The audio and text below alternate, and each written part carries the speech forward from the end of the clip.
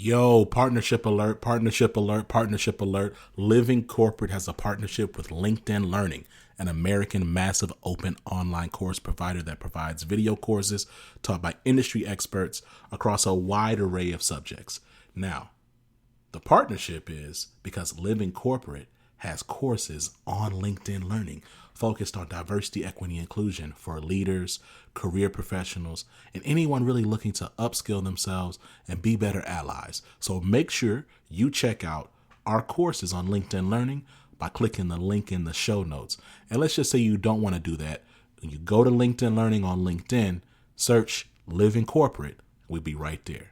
All right. Peace.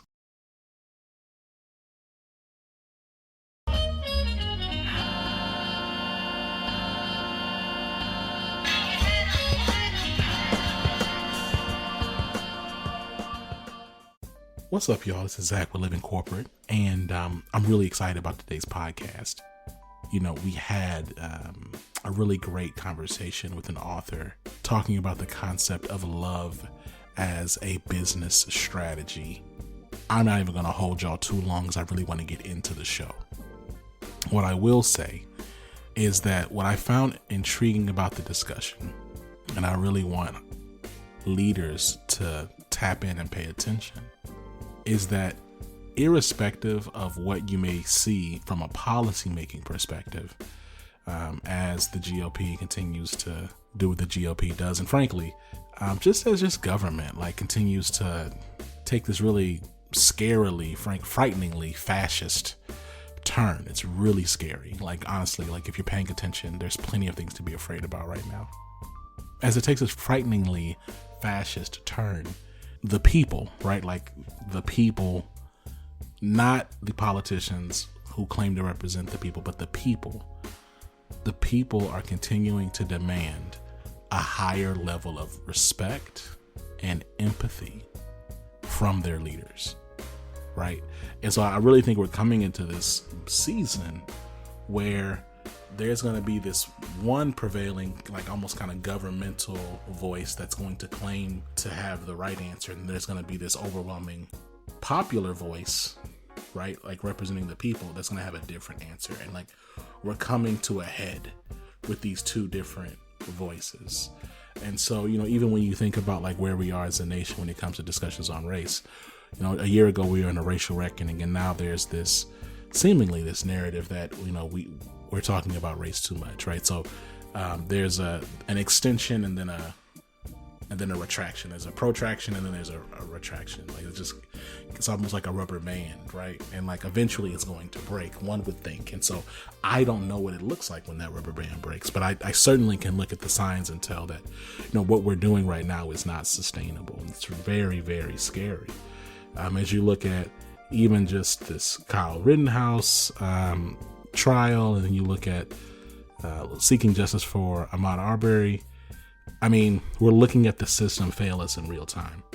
And we're looking at, frankly, the system once again proving that it cannot hold itself accountable. You have these white men behaving clearly unethically, and yet there's nothing that can be done about that, right? There's theater, right? So, you're going to have these black pastors show up at Ahmaud Arbery's at the trial where we're looking for justice for his murderers, and Kyle Rittenhouse. Maybe there's some protests or some picketing, but again, these things continue forward. And so I say all this to say I really enjoyed my conversation. This interview was great.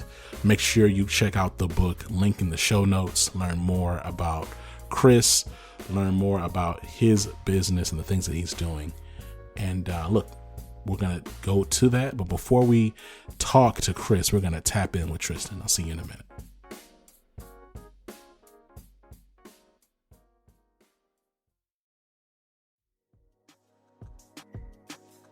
What's going on, Living Corporate? It's Tristan, and I want to thank you for tapping back in with me as I provide some tips and advice for professionals. Today, let's discuss why you're meeting more and what to do about it. While there have been reports that working from home has increased overall productivity, there needs to be a more nuanced analysis. According to the Harvard Business School, the average workday for someone who works from home has increased by 8.2% or 48.5 minutes. Remote work has increased the number of meetings on everyone's calendars, contributing to those longer workdays. A report from Reclaim.ai found that workers now spend 25.3% more time in meetings compared to February 2020. Furthermore, the report also found that employees spend 308.8% more time in one-on-one meetings. Another interesting fact that came out of the report is that these meetings were rescheduled 42.4% of the time and canceled 29.6% of the time. While that seems like a simple task, it has a significant impact on productivity and employee happiness. So the question is, what can we do? The first thing you can do is to try and reduce the number of one-on-one meetings that you put on your and your coworkers' calendars. Utilize messaging and collaboration tools like Slack to conduct follow-ups and provide updates. Incorporate project management tools like Trello, ClickUp, or Monday.com to track project status and hold yourself and your coworkers accountable. Another thing you can do is to ensure your meeting does not run over. I suggest setting a timer for 5 minutes less than the length of your meeting to provide you and whomever you're meeting with time to wrap up and ensure everyone has their takeaways. When the first timer goes off, remember to set another timer for 5 minutes to ensure you always end the meeting on time. Something else that I found helpful in cutting back on meetings or the length of meetings is reverting back to phone calls or conference calls for meetings that don't require the attendees or me to share our screens. The meetings tend to be shorter and participants tend to be more engaged. Lastly, if you must meet on Zoom, try to turn off your webcam if you're able to and your workplace allows. A 4-week study done by the University of Arizona Eller College of Management found that people were more likely to focus on the content of meetings when the webcam was turned off. They found that when the cameras were on, attendees were more likely to concentrate on their own faces and expressions rather than the content of the meeting. Try to do your part to decrease the number of meetings on everyone's calendars. Before scheduling a meeting, ask yourself, is this meeting necessary? What am I trying to accomplish? And are there alternative ways for me to convey or seek out this information? This tip was brought to you by Tristan of Layfield Resume Consulting. Check us out on Instagram, Twitter, and Facebook at Layfield Resume, or connect with me, Tristan Layfield, on LinkedIn.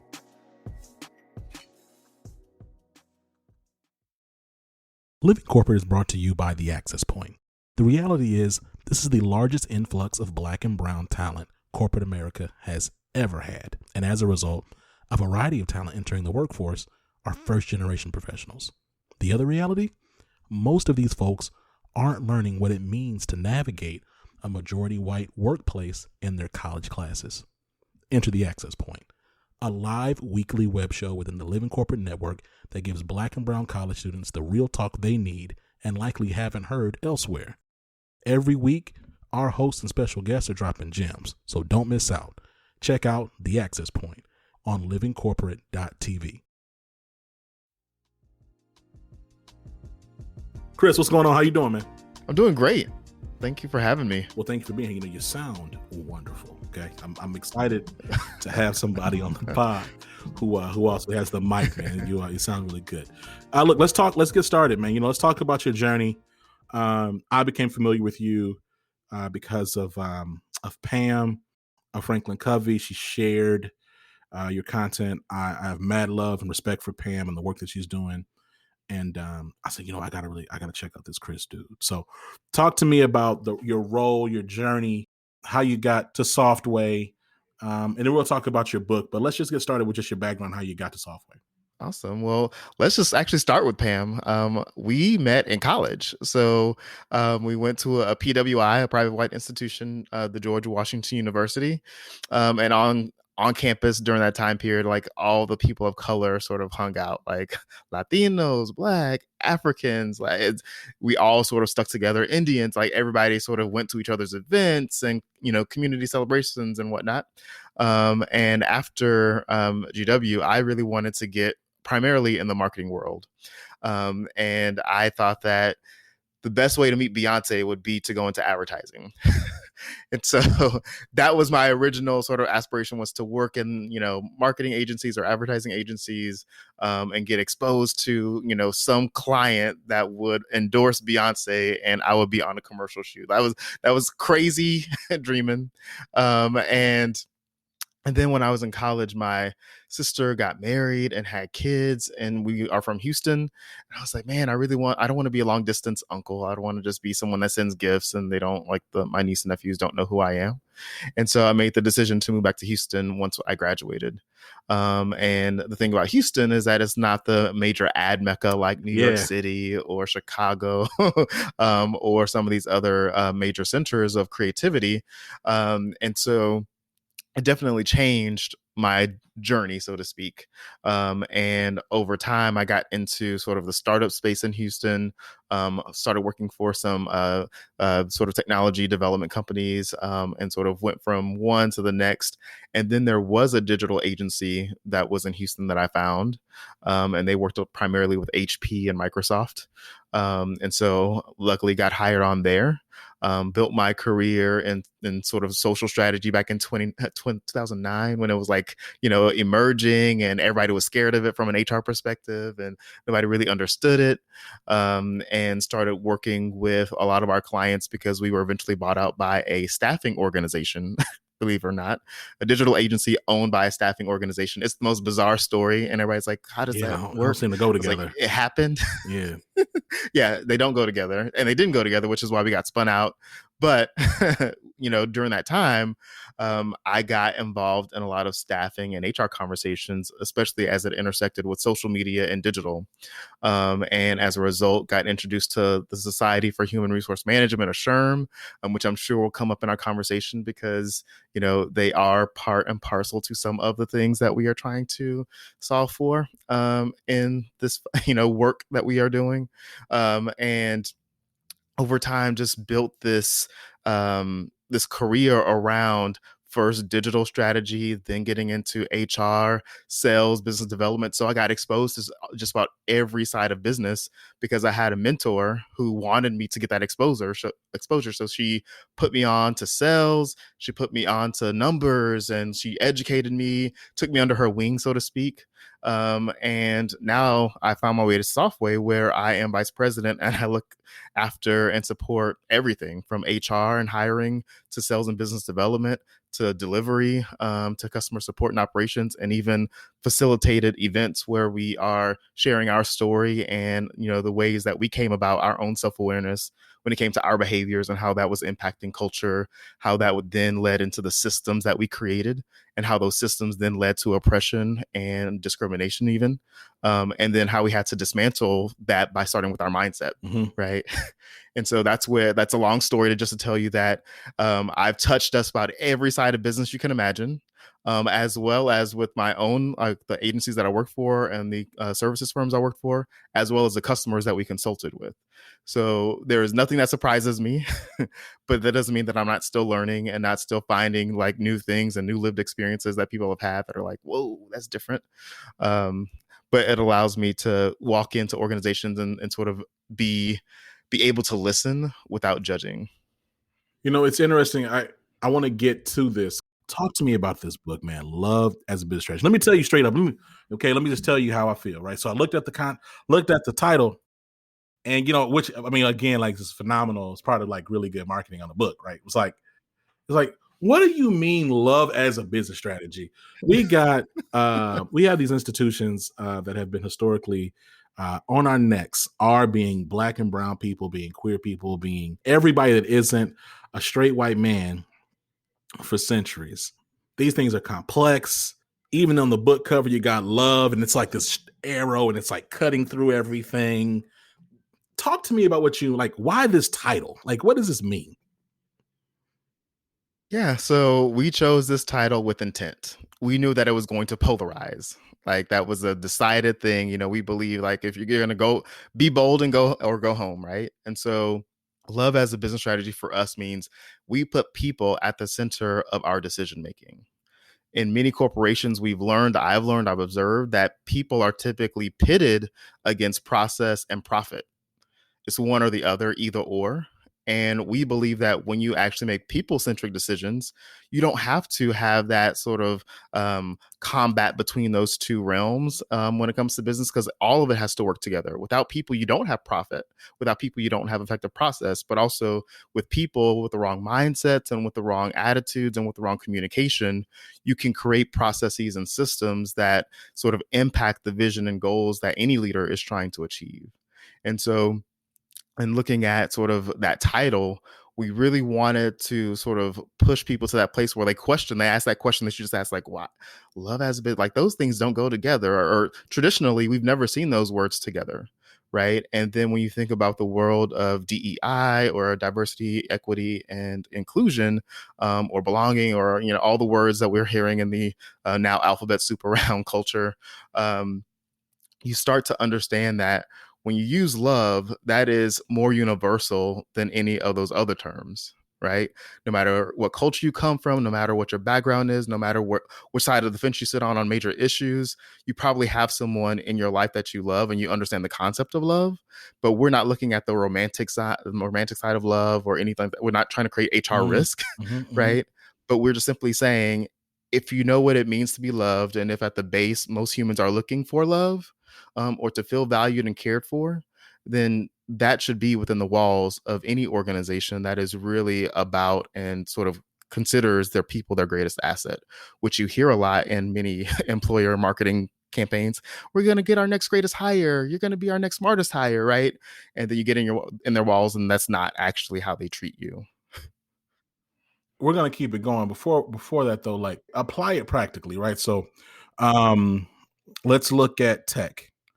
Tech is an industry going through a lot of reckoning, right?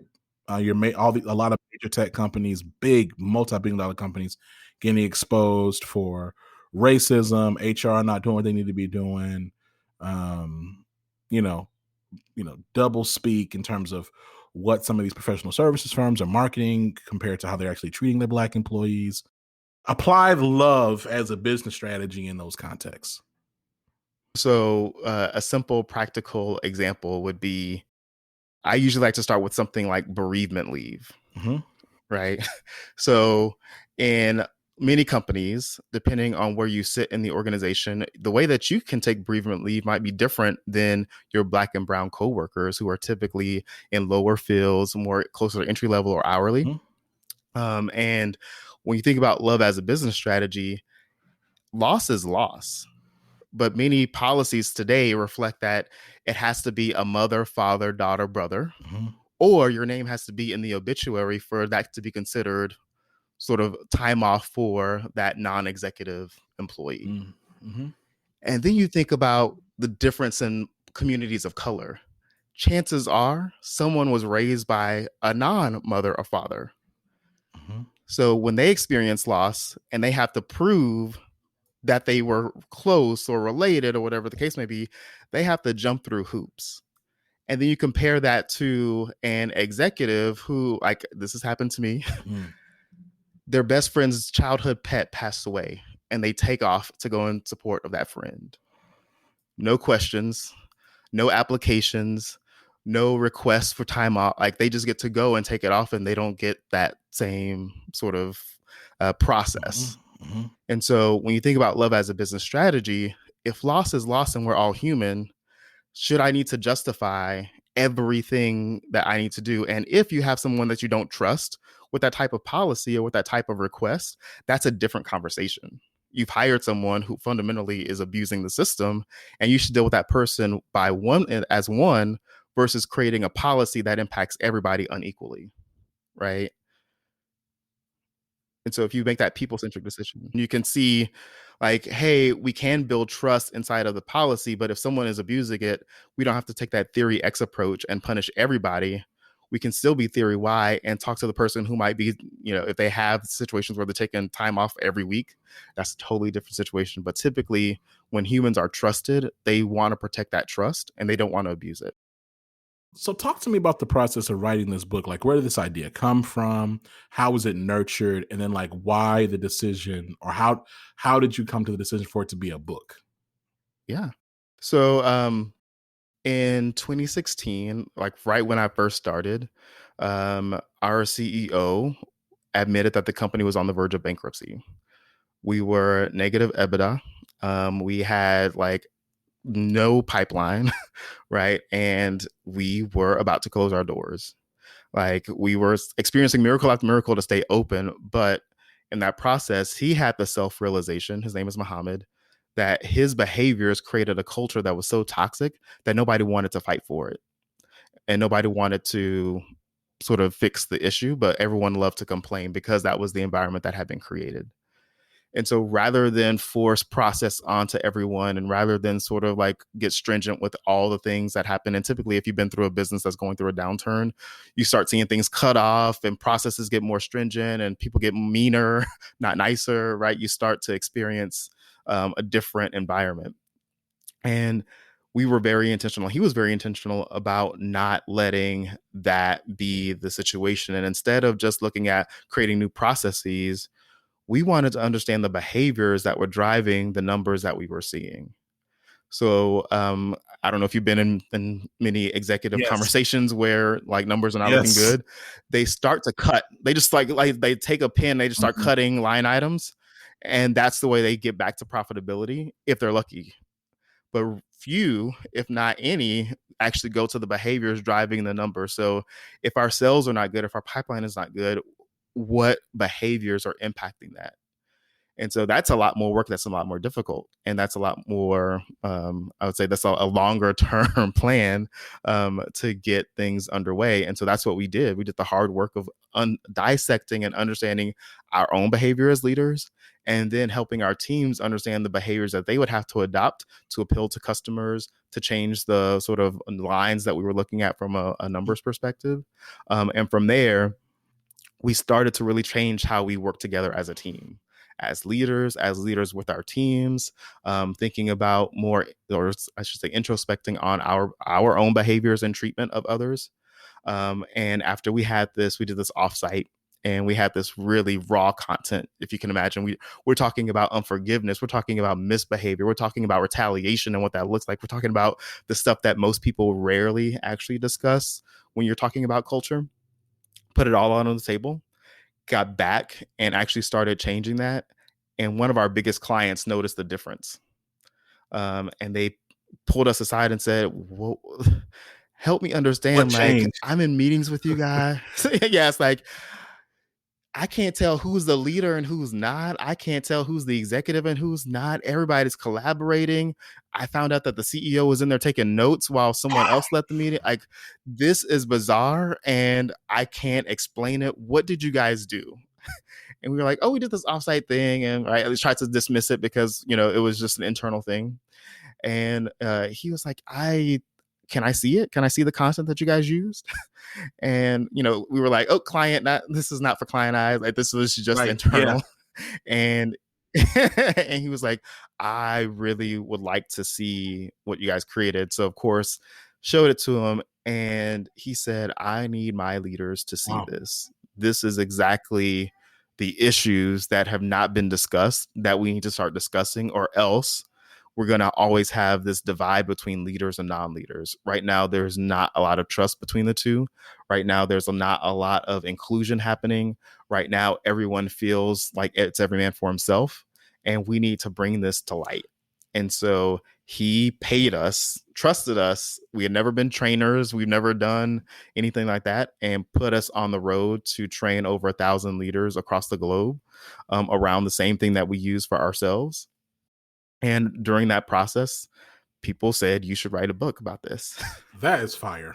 I'm curious, like, it's interesting because it's like the scarcity mindset that is born from things that aren't love, right? This all that I'm out here for myself. I got to take care of myself. I'm really intrigued by the concept. I agree, right? So like, I'm a Christian. So like, fundamentally and principally, I understand love being critical and important in life. And I do believe it's important in business terms of treating people with respect, treating people as image bearers of God, and treating people as you want to be treated, right? Like, even if one is agnostic or an atheist, like, you should treat people the way that you want to be treated.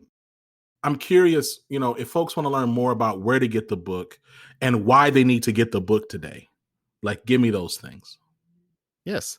So you can visit loveasabusinessstrategy.com. If you are interested in learning more about the book, or if you already have the book, we have resources that you can download to support some of the content that we've put into the book. And if you're asking yourself, why should I get this today? The conversation or the thing that I like to tell people is there's never the wrong time to do the right thing. Mm. And whether you are a sitting leader, whether you are an aspiring leader, your legacy will be the way that you've treated people, not the achievements that you've made. So, like, think about the leaders that you've interacted with, those who've gone on to retire, those who have, passed away. Even chances are you don't remember how much they actually saved on the balance sheet. Chances are you don't remember how many accounts they brought in, the amount of those accounts, what those accounts were, where they left them, anything like that. But you can remember how they treated you, the way that they greeted you or not in the hallways, the way that they addressed you, the way that you felt around them. And many leaders oftentimes, think egotistically. I'm not trying to be offensive when I say that, but they do think about ego and legacy, and they don't always put into their minds that what I leave behind will not be financial and physical. It will be those feelings, those softer things. And so for anyone who is looking to understand how they can leave that type of impact, but also with that impact, you have influence. And so as we talk about dismantling systems or, auditing policies, having that influence and that impact, through your critical skills, some people call them soft skills, we call them critical skills, you actually can be more successful in getting things done, regardless of what things are for you. Chris, man, it's been fire. Thank you so much for being a guest. The book is called Love as a Business Strategy. Sound, man, put some air horns right there. Bam. You hear that in post, Chris. It's going to be fire. Watch. It's going to be less than sound horns. Okay. Chris, we count you a friend of the show. Make sure y'all check out Love as a Business Strategy. Links in the show notes. Chris, man, we'll talk to you soon, man. Yeah, thank you for having me. I enjoyed it. Peace.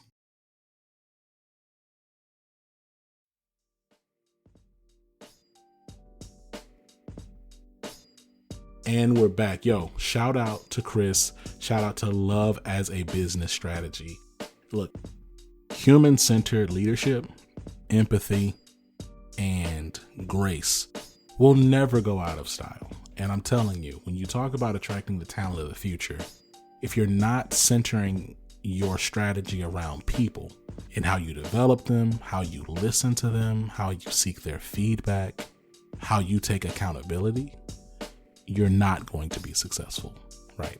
I'm really excited about this next season. It's scary, but I have hope that with this tension and eventually, again, the breaking of the rubber band, that we're going to actually see some real change. So until next time, y'all, make sure y'all check out Living Corporate on all platforms. Give us 5 stars on Apple Podcasts. Check out the merch. Check out our content on LinkedIn Learning. And we'll talk to y'all soon. Peace.